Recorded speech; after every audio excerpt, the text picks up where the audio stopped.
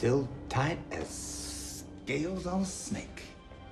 Back to Fog Entertainment here, guys, and we're here with the final season review of Prison Break, and it's season 5. A lot of people rate this season, and for me it's alright, right?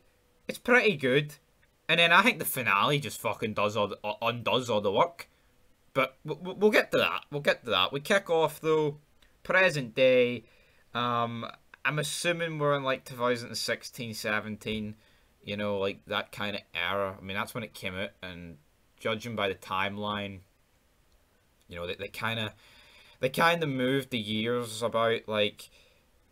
At the end of season 4, Michael died in 2005, but in this, he died in 2010, so it's like, make your fucking mind up, you know, I mean, you can't just do shit like, I hate shit like that, I mean, that annoys me, but present day, T-Bag is released, but he's met with a letter, and we're kind of like, what's going on here, and it reveals that Michael Schofield is, in fact, still alive, so he goes to Lincoln's house, he's like, link, I mean, like I said before, like, if you actually wait, like, 8 years, in between, like, you know, seasons, I think this season would have felt much better, like, in a nostalgia way, but when you've just watched them all back to back to back, it doesn't really hit the same, you know. Well, at least that's just my opinion, you know. But it's still great seeing them. T-Bag, though, I mean,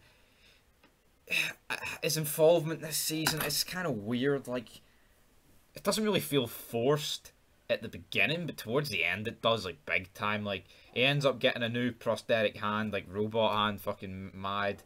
He visits Kellerman, who hasn't really aged, but Kellerman gets killed by Poseidon's goons. Lincoln and C-Note, they head to Yemen to free Michael. Sucre is barely in this season. He was going to go to Yemen, but then they were like, you know what, mate? No, we're not going to Yemen, because you absolutely suck, brother. He's like, he's no brother and I am.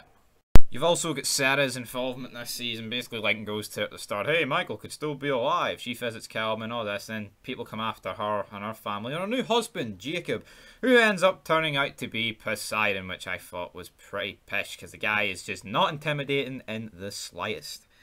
But overall, I don't actually mind, like, the whole setting of Yemen, you know. I mean, it's definitely a very unique feeling. We've no had it before, you know, so... I think that ticks all the boxes. You know, I mean, there's numerous failed escapes. There's that Ramal guy. When they eventually do get out, Lincoln shows up to get away from my brother. Whip then kills Ramal, which was a bit... I mean, this guy's supposed to be the leader of ISIL. Fucking, like, essentially ISIS, you know, this big fucking group. And he just gets killed by some jobber like Whip, who at this stage was a jobber. I mean, we didn't even know he was the son of T-Bag at this stage, and we wouldn't know that until, like, the penultimate episode. But yeah, I mean, you've also got Sid gets killed by the Cyclops guy when they're trying to escape, and I feel like the escape across Yemen, that kind of dragged out a bit. And then, like, the episode where the Cyclops guy's just following them through the desert, that just seemed a bit fucking boring as well. Like, it's like, Jesus Christ, what's going on there? And then they get to this cargo ship that obviously Sucre's let them on to. And then, essentially, what happens there is, you know, Jacob, Poseidon, whatever you want to call him, finds out about that. They blow up that ship, but they manage to escape to Marseille. Then he's like, well, you know what? Let's use Abruzzi's son to get back into the States, because that's how he gets his drugs in. And he's like, I'll give you the 100k, just give us a ride back, brother. But yeah, Sucre and Whip, they fly back to different locations. Whip goes and finds out that T-Bag's his dad, while Sucre basically fucking is the Poseidon's goons. He lures him to a different location, and then that's the end. That's it. That's all we see of Sucre, like, which was a bit weird, like, you know. Like, as great as it was seeing Sucre, and there was, like, a couple of funny scenes, it's almost like they didn't need him, like, you know, like you could have bridged the gap. I don't really see, you know, but that's just my opinion, guys, you know. But yeah, and then when we do get to the finale, well, actually, no, before we get to the finale, John Abruzzi's son, this guy is just pish. He could not fucking lay a glove on Peter Stromore in terms of acting. He could not, I mean, just Abruzzi, like, his presence alone, he was just fucking over, like, and this kid, It's just fucking not. You know, he's just shit. Just nothing about the guy. Luca Abruzzi. Luca Abruzzi getting the fucking Binsky. I mean, you mate, you're absolute pish, and that's the fucking bottom line here. You know, but yeah, it was a good scene between Teabag and Whip realizing their father and son. But then, my problem with this season's the finale.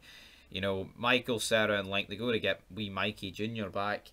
But whoa, we can't call him that, buddy. Link ends up getting shot by Luca Abruzzi after they turn heel on him, essentially. So we think Lincoln's dead, but he's no. Michael and Sarah manage to escape, but Jacob, Poseidon, whatever you want to call him, he still has Mikey Jr. But during all that, also, you know, one of the Poseidon goons gets shot. He's in the hospital, and he basically gives up the location of where Mikey is. But then we get the finale, right? Where basically Michael just recreated the location of the murder that Poseidon set him up for, and it's like, none of this needs to happen. Like, it's so fucking stupid, like, that Teabag and Whip needed to be there, and then, like, they had this whole master plan. Whip gets shot once by the woman, and then Teabag runs out like a goofball. Like, I get it's his son, but everything about this just seems wrong, and Teabag ends up killing her, which just kind of makes, I don't even know, this just felt really off. Like, this whole thing required Michael running away, getting into a change of clothes, and then Jacob shooting the blanks at him. But it could have very easily went a different way. Like, that's what I liked about the previous seasons of Prison Break. Like, yeah, like, there was certain stuff that needed to go perfect, but nothing felt fucking forced. With this finale, it just seemed all over the place. Like, too many things. It's like they overcomplicated it just for the sake of overcomplicating it. Like, honestly. That's the sort of gimmick I got from it, guys. But anyway, that'll do it for your Prison Break. Michael Poseidon ends up in the same jail as Teabag. Does he die? Does he get raped? Who knows? Teabag's way back to Fox River. Michael and Lincoln are free. But will there ever be a season 6? Probably not, because Wentworth Miller does not want to play a straight character anymore. So until next time, peace. And I'll give this season, I think it's the weakest. You know what? I'll give it a 5 out of 10.